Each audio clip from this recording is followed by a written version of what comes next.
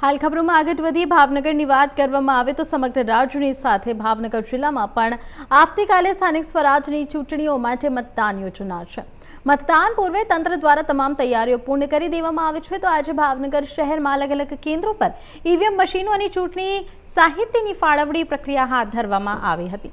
ભાવનગર જિલ્લામાં આવતીકાલે યોજાનારી સ્થાનિક સ્વરાજની ચૂંટણીને લઈને તંત્ર સંપૂર્ણ સજ્જ બન્યું છે। ચૂંટણી પ્રક્રિયાને સુચારુ બનાવવા માટે આજે શહેરના 5 અલગ મથકો પર ઈવીએમ મશીનો અને ચૂંટણી સાહિત્યની ફાળવણી કરવામાં આવી રહી છે।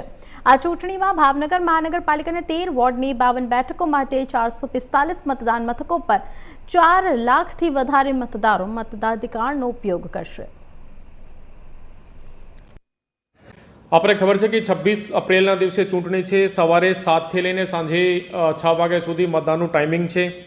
ભાવનગર મહાનગરપાલિકાના જે 52 સીટ્સ છે, 13 વોર્ડ છે, એમાં 445 પોલિંગ સ્ટેશન છે અને એમાં 4,58,376 ટોટલ વોટર છે। 3 જે નગરપાલિકા ભાવનગર જિલ્લામાં પાલિતાણા, મહુવા અને વલભીપુર એના 24 વોર્ડમાં 96 સીટ છે અને 96 સીટ માટે 145 પોલિંગ સ્ટેશન છે અને 1,32,499 વોટર છે। જિલ્લા પંચાયતની 40 અને તાલુકા પંચાયતની 210 જે સીટો છે એ માટે 1394 પોલિંગ સ્ટેશન છે અને 11,40,294 વોટર છે। તો કુલ મળીને 398 સીટ છે અને એમાં 1984 પોલિંગ સ્ટેશન છે અને આખા ભાવનગર જિલ્લામાં જે ચૂંટણી છે 26 તારીખે એમાં 17,31,000 વોટર મીન્સ કે પાર્ટિસિપેટ કરવા।